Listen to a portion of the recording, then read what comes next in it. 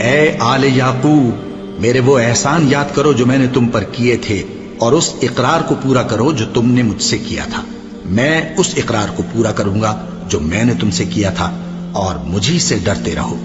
اور جو کتاب میں نے اپنے رسول محمد صلی اللہ علیہ وآلہ وسلم پر نازل کی ہے، جو تمہاری کتاب یعنی تورات کو سچا کہتی ہے، اس پر ایمان لاؤ اور اس سے منکر اول نہ بنو،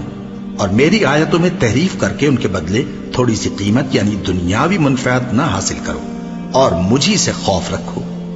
اور حق کو باطل کے ساتھ نہ ملاؤ، اور سچی بات کو جان بوجھ کر نہ چھپاؤ، اور نماز پڑھا کرو اور زکوٰۃ دیا کرو، اور اللہ کے آگے جھکنے والوں کے ساتھ جھکا کرو۔ یہ کیا عقل کی بات ہے کہ تم لوگوں کو نیکی کرنے کو کہتے ہو اور اپنے تئیں فراموش کیے دیتے ہو، حالانکہ تم اللہ کی کتاب بھی پڑھتے ہو؟ کیا تم سمجھتے نہیں؟ اور رنج و تکلیف میں صبر اور نماز سے مدد لیا کرو، اور بے شک نماز گراں ہے، مگر ان لوگوں پر گراں نہیں جو عجز کرنے والے ہیں، جو یقین کیے ہوئے ہیں کہ وہ اپنے پروردگار سے ملنے والے ہیں اور اس کی طرف لوٹ کر جانے والے ہیں۔ اے یعقوب کی اولاد، میرے وہ احسان یاد کرو جو میں نے تم پر کیے تھے،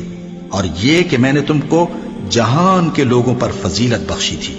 اور اس دن سے ڈرو جب کوئی کسی کے کچھ بھی کام نہ آئے، اور نہ کسی کی سفارش منظور کی جائے، اور نہ کسی سے کسی طرح کا بدلہ قبول کیا جائے، اور نہ لوگ کسی اور طرح مدد حاصل کر سکیں۔ اور ہمارے ان احسانات کو یاد کرو جب ہم نے تم کو قوم فرعون سے نجات بخشی۔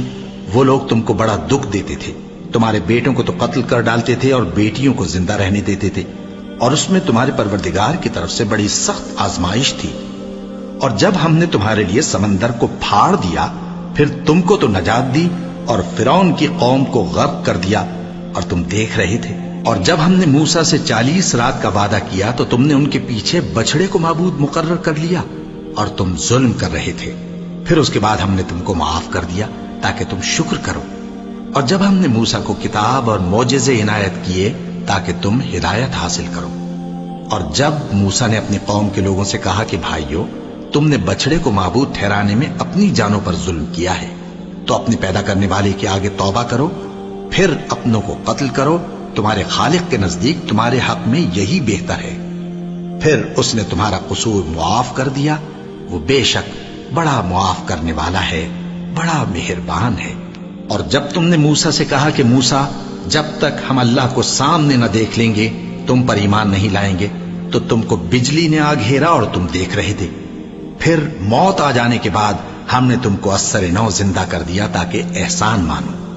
اور ہم نے بادل کا تم پر سایہ کیے رکھا اور تمہارے لیے من و سلوہ اتارتے رہے کہ جو پاکیزہ چیزیں ہم نے تم کو عطا فرمائی ہیں ان کو کھاؤ پیو، مگر تمہارے بزرگوں نے ان نعمتوں کی کچھ قدر نہ جانی، اور وہ ہمارا کچھ نہیں بگاڑتے تھے بلکہ اپنا ہی نقصان کرتے تھے۔ اور جب ہم نے ان سے کہا کہ اس گاؤں میں داخل ہو جاؤ اور اس میں جہاں سے چاہو خوب کھاؤ پیو، اور دیکھنا دروازے میں داخل ہونا سجدہ کرتے ہوئے اور حطوۃن کہنا، ہم تمہارے گناہ معاف کر دیں گے اور نیکی کرنے والوں کو اور زیادہ دیں گے،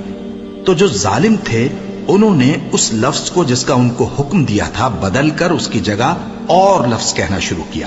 بس ہم نے ان ظالموں پر آسمان سے عذاب نازل کیا کیونکہ نافرمانیاں کیے جاتے تھے۔